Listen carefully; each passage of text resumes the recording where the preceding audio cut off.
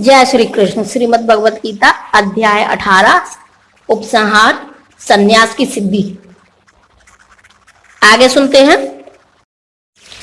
जिस ज्ञान से अनंत रूपों में विभक्त सारे जीवों में एक ही अविभक्त आध्यात्मिक प्रकृति देखी जाती है, उसे ही तुम सात्विक जानो। तात्पर्य, जो व्यक्ति हर जीव में, चाहे वह देवता हो, मनुष्य हो, पशु पक्षी हो या जल जंतु अथवा पौधा हो, एक ही आत्मा को देखता है, उसे सात्विक ज्ञान प्राप्त रहता है। समस्त जीवों में एक ही आत्मा है। यद्यपि पूर्व कर्मों के अनुसार उनके शरीर भिन्न भिन्न हैं, जैसा कि 7वें अध्याय में वर्णन हुआ है। प्रत्येक शरीर में जीवनी शक्ति की अभिव्यक्ति परमेश्वर की पराग प्रकृति के कारण होती है। उस एक पराग प्रकृति, उस जीवनी शक्ति को प्रत्येक शरीर में देखना सात्विक दर्शन है। यह जीवनी शक्ति अविनाशी है। भले ही शरीर विनाशशील हो, जो आपसी भेद है वह शरीर के कारण है। चूंकि बद्ध जीवन में अनेक प्रकार के भौतिक रूप हैं, अतः जीवनी शक्ति विभक्त प्रतीत होती है। ऐसा निराकार ज्ञान आत्म साक्षात्कार का एक पहलू है। जिस ज्ञान से कोई मनुष्य विभिन्न शरीरों में भिन्न भिन्न प्रकार का जीव देखता है, उसे तुम राजसी जानो। तात्पर्य, यह धारणा कि भौतिक शरीर ही जीव है और शरीर के विनष्ट होने पर चेतना भी नष्ट हो जाती है, राजसिक ज्ञान है। इस ज्ञान के अनुसार एक शरीर दूसरे शरीर से भिन्न है, क्योंकि उनमें चेतना का विकास भिन्न प्रकार से होता है। अन्यथा चेतना को प्रकट करने वाला पृथक आत्मा न रहे। शरीर स्वयं आत्मा है और शरीर के परे कोई पृथक आत्मा नहीं है। इस ज्ञान के अनुसार चेतना अस्थायी है, या यह कि पृथक आत्माएं नहीं होती। एक सर्वव्यापी आत्मा है जो ज्ञान से पूर्ण है, और यह शरीर क्षणिक अज्ञानता का प्रकाश है, या यह कि इस शरीर के परे कोई विशेष जीवात्मा या परम आत्मा नहीं है। ये सब धारणाएं रजोगुण से उत्पन्न है। और वह ज्ञान जिससे मनुष्य किसी एक प्रकार के कार्य को, जो अति तुच्छ है, सब कुछ मानकर सत्य को जाने बिना उसमें लिप्त रहता है, तामसी कहा जाता है। तात्पर्य, सामान्य मनुष्य का ज्ञान सदैव तामसी होता है, क्योंकि प्रत्येक बद्धजीव तमोगुण से ही उत्पन्न होता है। जो व्यक्ति प्रमाणों से या शास्त्रीय आदेशों के माध्यम से ज्ञान अर्जित नहीं करता, उसका ज्ञान शरीर तक ही सीमित रहता है। उसे शास्त्रों के आदेशानुसार कार्य करने की चिंता नहीं होती। उसके लिए धन ही ईश्वर है, और ज्ञान का अर्थ शारीरिक आवश्यकताओं की तुष्टि है। ऐसे ज्ञान का परम सत्य से कोई संबंध नहीं होता। यह बहुत कुछ साधारण पशुओं के ज्ञान, यथा खाने, सोने, रक्षा करने तथा मैथुन करने का ज्ञान जैसा है। ऐसे ज्ञान को यहाँ पर तमोगुण से उत्पन्न बताया गया है। दूसरे शब्दों में, इस शरीर से परे आत्मा संबंधी ज्ञान सात्विक ज्ञान कहलाता है। जिस ज्ञान से लौकिक तर्क तथा चिंतन यानी कि मनोधर्म द्वारा नाना प्रकार के सिद्धांत तथा वाद जन्म ले, वह राशि है, और शरीर को सुखमय बनाए रखने वाले ज्ञान को तामसी कहा जाता है।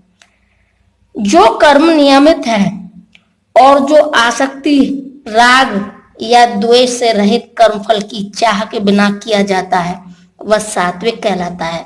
तात्पर्य, विभिन्न आश्रमों तथा समाज के वर्णों के आधार पर शास्त्रों में संस्तुत वृत्तिपरक कर्म, जो अनासक्त भाव से अथवा स्वामित्व के अधिकारों के बिना प्रेम घृणा भाव रहित परमात्मा को प्रसन्न करने के लिए आसक्ति या अधिकार की भावना के बिना कृष्ण भावनामृत में किए जाते हैं, सात्विक कहलाते हैं। लेकिन जो सारे कार्य अपनी इच्छा पूर्ति के निमित्त प्रयास पूर्वक एवं मिथ्या अहंकार के भाव से किया जाता है, वह रजोगुणी कहा जाता है। जो कर्म मोहवश शास्त्रीय आदेशों की अवहेलना करके तथा भावी बंधन की परवाह किए बिना या हिंसा अथवा अन्यों को दुख पहुंचाने के लिए किया जाता है वह तामसी कहलाता है। तात्पर्य, मनुष्य को अपने कर्मों का लेखा राज्य को अथवा परमेश्वर के दूतों को, जिन्हें यमदूत कहते हैं, देना होता है। उत्तरदायित्वहीन कर्म विनाशकारी है, क्योंकि इससे शास्त्रीय आदेशों का विनाश होता है। यह प्राय हिंसा पर आधारित होता है और अन्य जीवों के लिए दुखदायी होता है। उत्तरदायित्व से हीन ऐसा कर्म अपने निजी अनुभव के आधार पर किया जाता है। यह मोह कहलाता है। ऐसा समस्त मोहग्रस्त कर्म तमोगुण के फलस्वरूप होता है।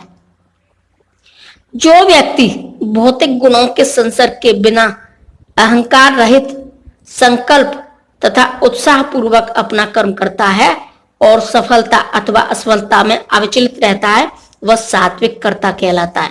तात्पर्य, कृष्ण भावना में व्यक्ति सदैव प्रकृति के गुणों से अतीत होता है। उसे अपने को सौंपे गए कर्म के परिणाम की कोई आकांक्षा नहीं रहती, क्योंकि वह मिथ्या अहंकार तथा घमंड से परे होता है। फिर भी कार्य के पूर्ण होने तक वह सदैव उत्साह से पूर्ण रहता है। उसे होने वाले कष्टों की कोई चिंता नहीं होती। वह सदैव उत्साह पूर्ण रहता है।